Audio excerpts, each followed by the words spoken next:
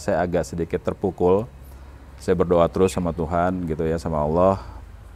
Kalau bisa setelah masalah ini selesai, saya benar-benar kapok deh, pengen langsung hijrah deh. Jangan lagi pakai niat-niat tapi nggak no action ya, atau kata orang tuh NATO, no action talk only.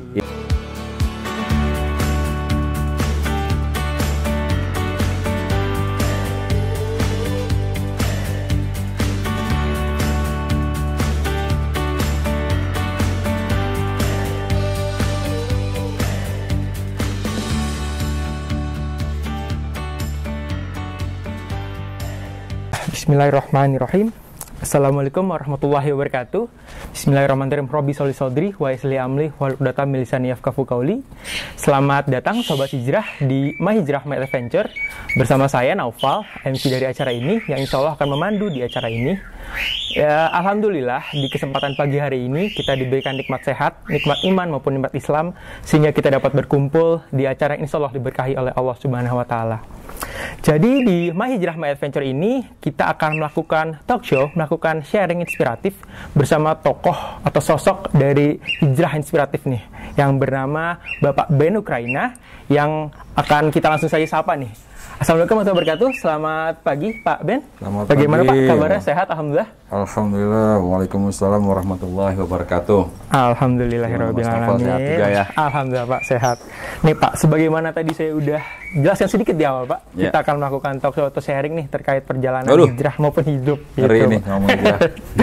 Jadi pertanyaan pertama nih Pak, Ya. kita buka dengan apa sih Pak makna perjalanan hidup ataupun hijrah bagi Bapak Ben? Seperti itu Pak. Oke, ngomongin hijrah. Menurut saya sih hijrah itu adalah bukannya move on ya, tapi hijrah itu adalah move up ya. By Allah Subhanahu Wa Taala, from Allah to Allah. Jadi kita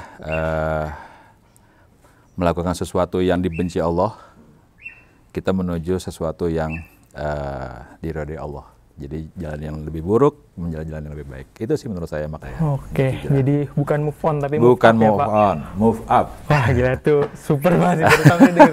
Bukan move on tapi move up seperti itu. Nah kalau boleh tahu nih Pak, proses datang hijrah nih Pak, karena kan ada yang dari internal, ada yang dari eksternal, atau ada yang kejadian tertentu. Nah buat Pak Ben ini, apa sih Pak yang pertama kali mendorong Bapak nih untuk wah saya harus hijrah nih. Oke, this is time for me to hijrah kayak gitu Pak. Ya.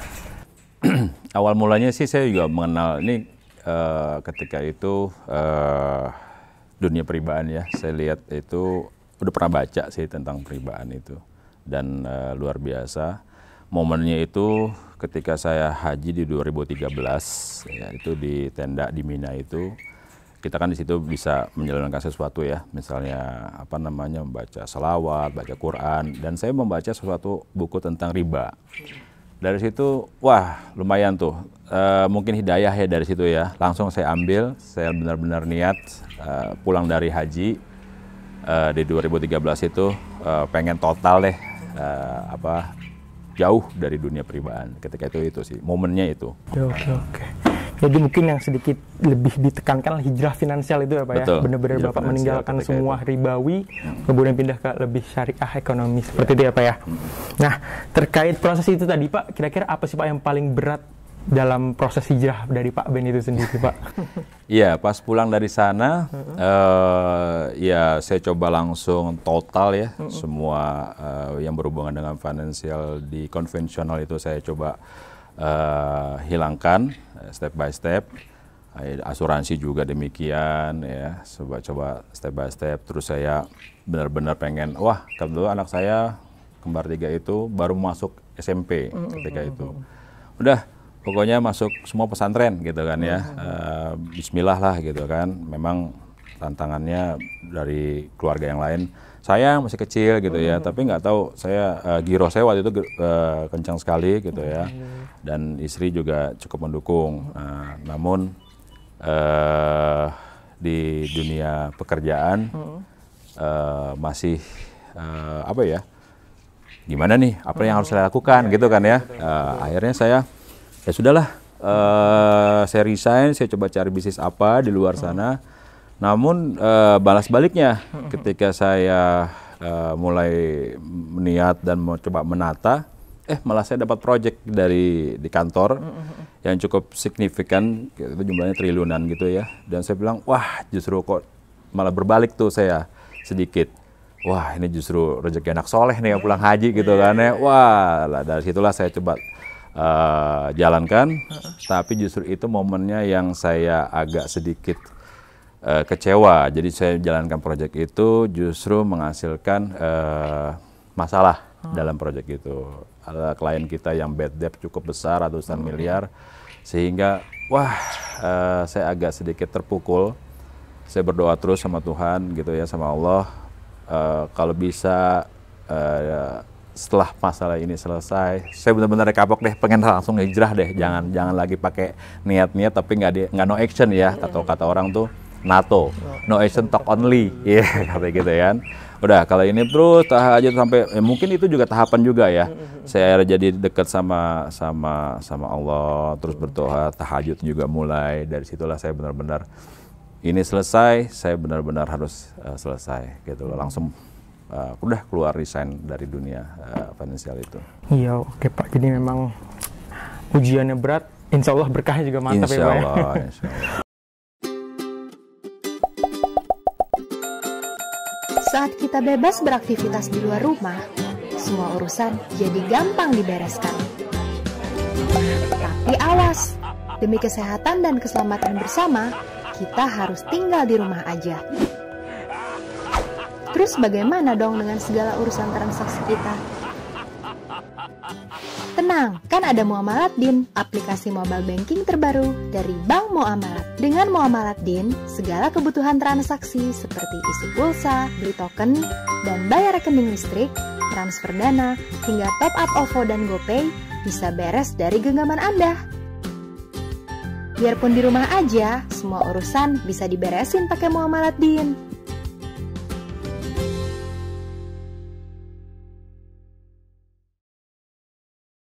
Pak, kalau tadi kita udah bicara tentang ujian nih Pak, kira-kira itu kan tadi yang mungkin yang kurang baiknya lah, susahnya lah seperti itu kan. Kalau misalnya kita bicara kira-kira keberkahan apa sih Pak yang Bapak dapatkan langsung gitu Pak ketika sudah hijrah gini, kayak apakah ada yang merasa lebih tenang, merasa lebih nyaman hati seperti itu Pak? Pasti. Ketika itu ya waktu kita masih di dunia finansial, di dunia peribaan lah ya, ketika itu memang semuanya serba ada, serba banyak. Namun kok kayaknya kita kerja atau mencari sesuatu itu seperti kayak 24 jam lah, waktu itu nggak ada habisnya gitu ya. Sehingga capek, lelah, tapi ya nggak ada kebahagiaan yang saya rasakan banyak gitu ya. Akhirnya setelah dari saya Rija ini, memang awalnya memang drop banget ketika itu.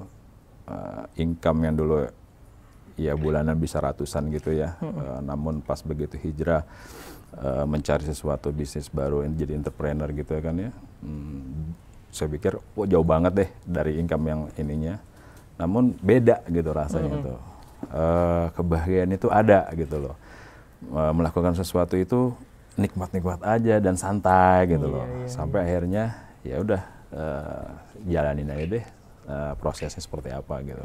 Dan saya menemukan kenikmatan yang luar biasa dari jauh dari dunia finansial peribaan itu. Ketenangannya berbeda ya Pak, beda banget. Kita sudah lepas dari riba ya Pak. Betul. Seperti itu.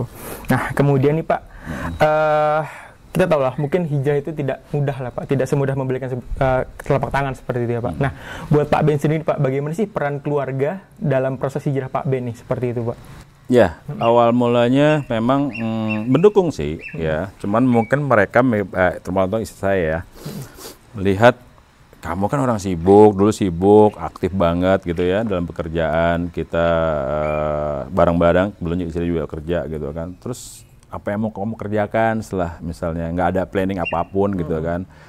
Ya karena tadi cerita saya gitu kan, begitu saya pergi pulang dari haji, saya baru niat tapi nggak action, akhirnya ada godaan-godaan lagi, akhirnya saya nggak berangkat lagi, akhirnya saya bilang udah,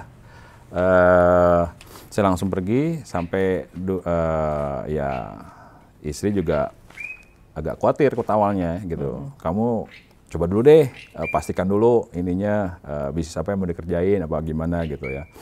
Nah, kalau yang lain sih anak semuanya sih mendukung banget gitu ya tentang itu gitu loh. Ya itulah awal mulanya dukungan keluarga, dan akhirnya nggak tahu saya menemukan sesuatu bisnis yang cukup menjanjikan, dan semua keluarga support banget. Oke, jadi alhamdulillah memang dari pihak keluarga itu mendorong ya Pak ya. Jadi untuk hijrah benar-benar kayak dapat dukungan full dari keluarga ya Pak, seperti itu ya Pak ya. Nah, oke, kemudian untuk Bapak sendiri Pak, kira-kira untuk di hijrah saat ini Pak, maksudnya di hijrah, proses hijrah saat ini Pak, kan Bapak benar-benar sudah pindah dari dunia yang ribawi kayak gitu kan Pak. Nah, harapan kedepannya itu gimana sih Pak, maksudnya untuk dari yang Bapak Ben yang saat ini dapat yang dulu tuh untuk kedepannya seperti apa sih Pak, seperti itu Pak? Ya, harapannya sebenarnya hijrah itu yang seperti saya bilang itu kan move up ya, bukannya move on. Jadi kita itu istiqomah itu yang lebih utama gitu. Jadi istiqomah itu kita nggak usah balik lagi ke belakang gitu. Kita lihat ikut prosesnya saja, insya Allah itu nikmat ya. Kemudian berjalan, jadi bukannya slowly but sure, tapi ya slowly but istiqomah mungkin ya. Dari jalan yang buruk ke jalan yang lebih baik ya. Semua maupun kita sekeji apapun, mungkin kita juga seburuk apapun, tapi kita hamba Allah yang punya hak untuk lebih baik gitu kan ya. Jadi jangan takut, mungkin kita setelah tadi kan kita istiqomah harusnya itu. Jadi istiqomah itu adalah jangan lihat lagi ke belakang deh, jangan balik lagi gitu loh. Yuk kita jalan, nggak bisa berlari ya mungkin kita berjalan, nggak bisa berjalan juga mungkin kita merangkak, tapi at least better. Oke, jadi what's next-nya adalah istiqomah ya Pak ya? Istiqomah.